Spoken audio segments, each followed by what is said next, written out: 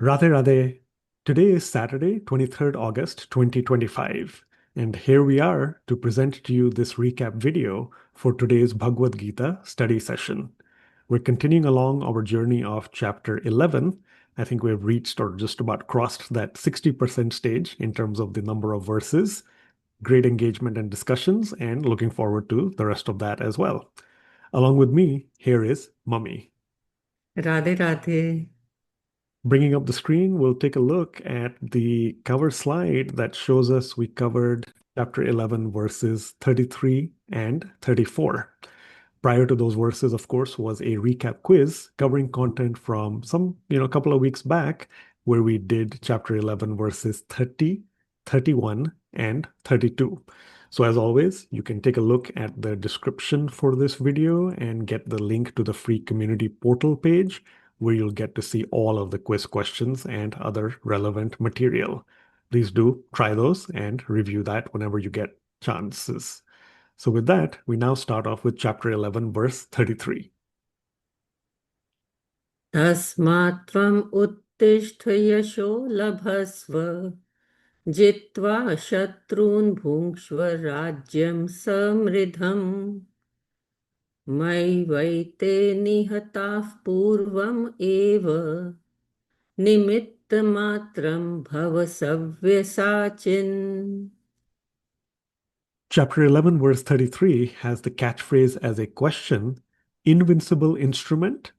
As we saw in class, and Mummy will explain a little bit as well in this recap video, Sri Krishna is encouraging Arjun to understand that he is going to be but an instrument of Sri Krishna's own work. Arjun's an expert archer. In fact, there is this vocative and epithet or appellation used here called Savya Sachin, because Savya is left. Arjun could use the bow and arrow or fight not just with his right hand, but also his left hand. So he was ambidextrous, able to use both his hands, and therefore an expert archer, truly a great warrior, but again, needing that inspiration. And that was coming from Sri Krishna, reminding him, encouraging him to arise, to attain honor, and to conquer the enemies, and therefore attain great rulership. All this, of course, Arjun's getting to also see. We'll see that in the next verse in terms of some of the outcomes of the battle as Sri Krishna encourages him. But in essence, here, God is giving that blessing and opportunity to Arjun to be an instrument of his work. If you all remember, we saw in class the flyer for this session. The question is, where does Arjun, the expert archer, feature on Sri Krishna's stage? So we discussed in class, and you see here again, Sri Krishna's stage here, this Leela, this pastime, if you want to think about it that way. Very, very literally, pun intended, all these instruments are visible here. There are no people that you can see. It's Sri Krishna's pastime, his act, and he has special souls and people to help him because he wants them to get their eternal welfare. You pick an instrument you like, Arjun's one of them. He's an expert archer, yet he's also an instrument in that sense. Of course, we did talk in class as well. The flute is probably not here. That's because Arjun is not yet convinced that he has to do his duty. But of course, when he's there, maybe that dear flute that is very special to Sri Krishna, you might see that. Or someone else, we might say, well, the harp looks like a bow. A bow is also a musical instrument used for violins, etc. So plenty that you can, extrapolate upon here, but pun intended and figuratively as well. Arjun, an expert archer, but also an instrument of Sri Krishna's work. With that, let's take a look at chapter 11, verse 34. द्रोणं च भीष्मं च जयद्रथं च कर्णं तथान्यान् अपि योधवीरान् मया हतांस्त्वं जहिमा व्यथिष्ठा युध्यस्व जेतासि रणे सपत्नान्. Chapter 11, verse 34 also has a question for its catchphrase, and that is stress on slaying. Again, as we discussed in class, two things to get out of this. One is, yes, Sri Krishna is placing stress, emphasis on slaying in the sense that he actually has already slain the warriors that Arjun is seeing in the future. in that Vishwaroop form, that cosmic form of Sri Krishna. So he's placing emphasis on that because, again, Arjun needs to then perform his duty. But then beyond that, he's also encouraging Arjun to not be disturbed when he performs his duty and slays some of those Kaurav warriors. So, stress on slaying, the second takeaway here is he's not supposed to get that mental stress or anguish on or upon slaying the enemies. So, stress on slaying, two things. Ponder about that question. So, indeed, here, chapter 11, verse 34, Sri Krishna actually lists out four at least noble warriors from the Kaurav side. And as we discussed at length in class, the connections to the Mahabharata, many of you might recall these different episodes and events. We know Dronacharya, the victory that was helping for the Pandavas. Part of that was with the exit of Dronacharya. Arjun, of course, instrumental in a lot of those battles. Drupad, of course, the one out of anger and impulsiveness to cut off his head. Bhishma again, Arjun, brave battle. They, exchange of arrows. Shikhandi in front. Bhishma, of course, executing upon his vow to not raise arms against any woman, whether in this lifetime or a past. But then the arrows that came through, eventually, based on Bhishma's guidance, arrows of love as well, were from Arjun. Jayadratha, of course, the mighty long battle after his wrong tactics in the Chakravyuh against Arjun's son Abhimanyu. And then, of course, the great arch rival Karn. He did have that special astra weapon, divine weapon, Shakti, but he had to use that against Ghatotkach, Bhim's son, and therefore Arjun ended up having the upper hand. But again, all as part of Sri Krishna's divine plan and his guidance. So here in this future view, Arjun gets to see the warriors who are slain, and Sri Krishna mentions at least these four specific ones, which is why he sets the stage for Arjun to not be disturbed. He has to perform his duty, but Arjun has to decide. And we'll see how that happens as the Bhagavad Gita progresses. He has to fight. He will be victorious over his enemies in battle. He should be without stress, without being disturbed. But again, in this Leela, where Arjun, we like vicariously through him are getting to learn about all this. Arjun's also just like another mere mortal, like one of us. So he needs that wisdom, he needs that inspiration from the Supreme Lord. So, as that best guru, Sri Krishna, of course, is offering all that to him. So there's good information here in terms of the stress about physically fighting, as well as also the stress that comes from the enemies of the mind. As Swamiji says, greed, envy, lust, pride, etc. All this again, God helps us, Guru helps us to overcome these defects. There was this lovely, Doha or Chopai, of course, from the Ramayana. Maybe we'll talk about that. We saw the word agency, if you remember. Arjun, Sri Krishna, Swamiji says that Sri Krishna wants Arjun to be that medium through whom his work is done and to receive the glory of that conquest or that victory as a reward for his agency. Agency, literally, in terms of an agent acting like an agent on behalf of Sri Krishna, but beyond that as well, someone performing activities of instrumentality. Coincidentally, that also uses the word instrument, but that different use here. Instrumentality, the pivotal nature and importance of Arjun's role acting on behalf of Sri Krishna. And finally, if you all remember, we talked briefly about the Vindhyachal forest, the Vindhyas range, geographically, the evolution of India's topography, separating sort of north from south. That's one way you recognize the Vindhyas. It's in, Mahishasur Mardini Stotram. If you go back and check, it's in that second line, Girivara Vindhya Shirodhini Vasini, the rest of that. So Vindhya, the mountain range, Mata dwells amongst those mountains. And for those who recognize in our Indian national anthem, Vindhya, Himachala, Yamuna, Ganga, the rest of that. Again, the Vindhyas mountain range is mentioned. The Himalayas are also mentioned. So very, very important in the scriptures. So lots of useful examples with this set of verses that Swamiji has chosen. Now let's listen to what Mummy has to say for these two verses as well, in terms of takeaways and important Sanskrit words as well. Thank you, Gagan.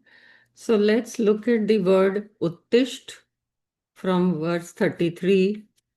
Uttisht means arise.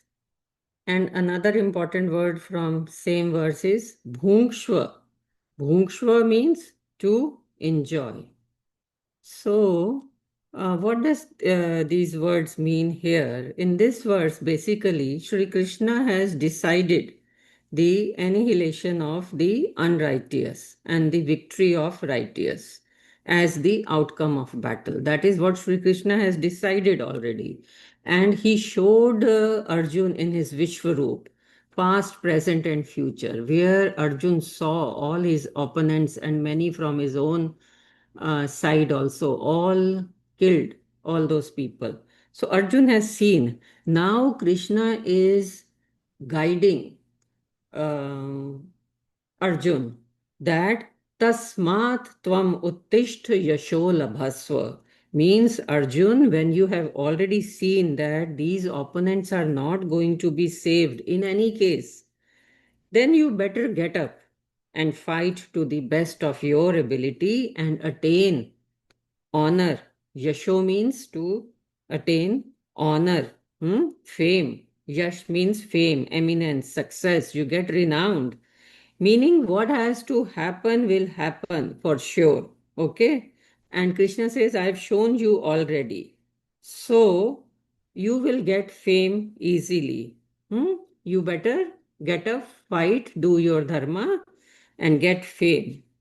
Now, the only thing is, Krishna is also guiding here that that does not mean you become proud. If you become proud that you did this, then you will be bound by karma. So, basically, you have to understand, we all sadhaks need to understand through Arjun that gain, loss, fame, infamy, everything is in God's hand.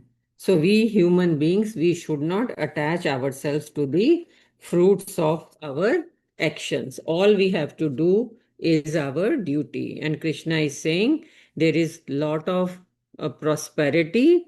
You defeat the enemy and enjoy a prosperous kingdom. And how and why you will earn all this fame? Because I have already slain them.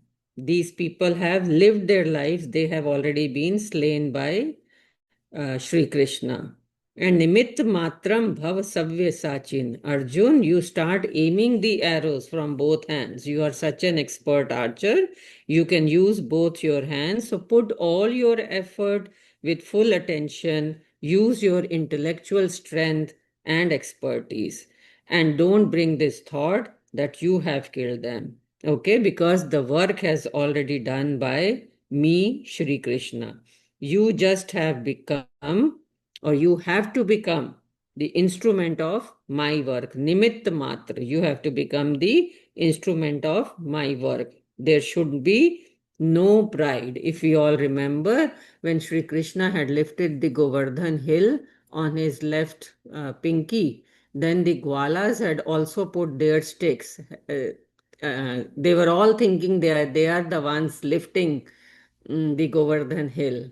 That is when Sri Krishna noticed that they were having pride in themselves, and that is the time Sri Krishna lowered his pinky little bit, and the mountain started shaking, coming down. And then these Gwalas, they started screaming, "Oh, Dada, Dada, Marge, Marge." They were so scared. And that is when Sri Krishna again put the finger up, and the mountain took covered everybody.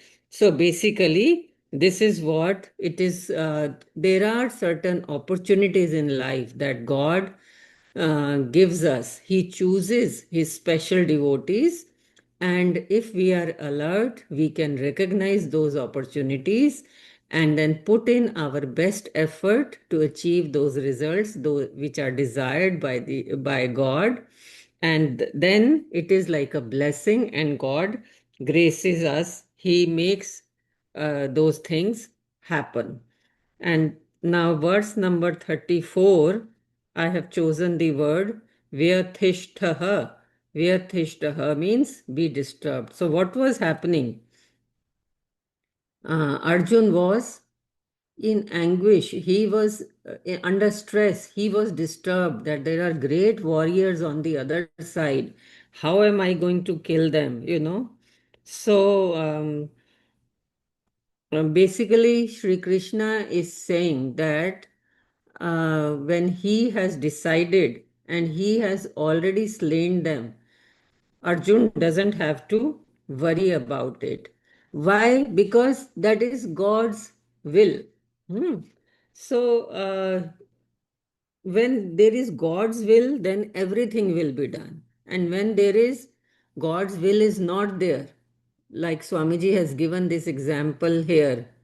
Vindhya न ईंधन पाए सागर जुड़े न नीर परे उपास कुबेर घर ज्यों विपक्ष रघुबीर सियावर Ram, Jai Jai Ram. So basically, when Lord Ram is not in your favor, then you may live in the best of the places, you may have the best of the facilities, but things will not work for you. Like you may be in Vindhyachal forest and you may not get wood for fire. You may be near ocean, you may not get water for your usage. And then you may be in Kuber's house, the Lord of Wealth, and you may not have any food to eat. Why? Because ज्यों विपक्ष Raghubir, because Lord Ram is against you. If Lord Ram is not in your favor, if the Supreme Lord God is not in your favor, then the best arrangements for everything will not work for you. So the main thing to learn from this verse is that we need to have faith in God, we need to be surrendered, and we need to be patient, not get impatient. Hmm? Because when God has a plan for everything. He's going to do things. We are not the doers. We have to give up the doership. We have to give up the pride. It is God is doing. It's just that He chooses certain devotees and he glorifies those devotees. He wants to get his work done. Work he is doing, but he is making them instruments. So basically, that is what God is doing. We have to put all our best effort, and then God will grace us. That is what we learn from these verses, and that is what Krishna is teaching Arjun, that he has chosen Arjun to be his instrument, and Arjun will get loads of yash, fame, by doing his duty in the best possible way. He has to use his expertise, his strength, his intellect, and do his dharma. Over to you, Gagan. Thank you, Mommy. Lots of important things that you've added. So very helpful in terms of the, concept of doership versus duty as well, and where all that power and grace, of course, is coming from.